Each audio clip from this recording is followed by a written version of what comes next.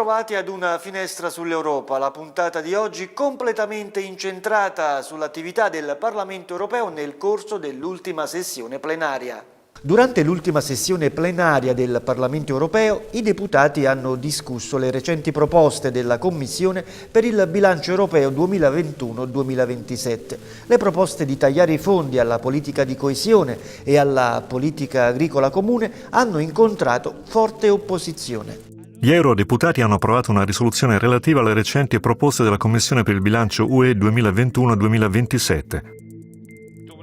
Durante la discussione plenaria, José Manuel Fernández, portavoce del gruppo PPE nella Commissione per il bilancio, ha espresso la sua opposizione ai tagli ai fondi di coesione e alla politica agricola comune, PAC, proposti dalla Commissione europea. Nós não podemos dizer que a política de coesão funciona bem e tem aumentado o produto interno bruto numa série de países e até ajuda todos os outros Estados-membros e depois vamos cortar essa política de coesão. E mais grave, cortamos àqueles que mais precisam, cortamos aos mais pobres. Aquilo que funciona bem deve continuar.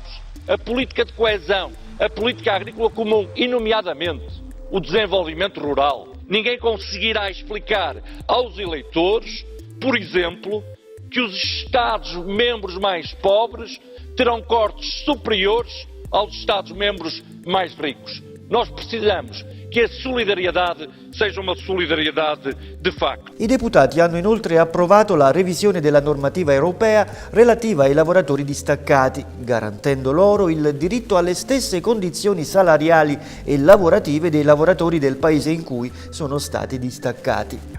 Gli eurodeputati hanno approvato una revisione della normativa UE relativa ai lavoratori distaccati che garantisce loro il diritto ad avere le stesse condizioni salariali e lavorative dei lavoratori del paese in cui sono stati trasferiti. I lavoratori distaccati in Europa sono oltre 2 milioni. La deputata del gruppo PPE, Elisabeth Morin-Chartier, autrice della relazione, ha spiegato i maggiori benefici per la UE. Le travailleur national et le travailleur détaché dans le pays d'accueil auront la même fiche de paie avec au moins le salaire minimum et les indemnités qui seront les mêmes pour l'un et pour l'autre. Il n'y aura pas de différence de salaire. Et les conventions collectives s'appliqueront pour l'un et pour l'autre. La première préoccupation des citoyens, c'est l'emploi. Avec cette directive, nous, le PPE s'occupe des citoyens européens. Ça sera très important pour les prochaines élections de 2019. Il Parlamento ha approvato regole per aumentare la possibilità di promuovere iniziative contro le importazioni sovvenzionate provenienti da paesi esterni all'Unione Europea. Il Parlamento ha approvato una legislazione per incentivare la possibilità di prendere provvedimenti contro le importazioni illegalmente sovvenzionate provenienti da paesi fuori dall'UE. I provvedimenti consisteranno di dazi anti-dumping. Il deputato del gruppo PPE, Christopher Fjellner, autore della relazione, ha invitato alla cautela nella scelta dei casi in cui la UE decida di applicare dazi. For every job protected by anti-dumping duties, we always run the risk of potentially threatening some job in another part of the economy. But we have to recognize that these instruments are the second best options when we don't have international rules for competition.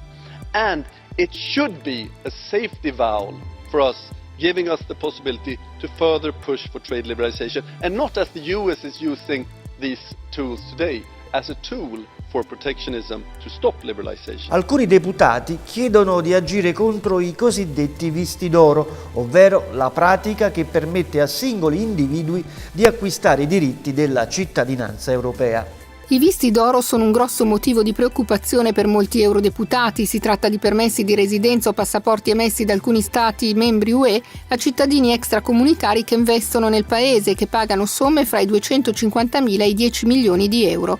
In cambio possono usufruire della stessa libertà di movimento e degli stessi vantaggi fiscali dei cittadini UE.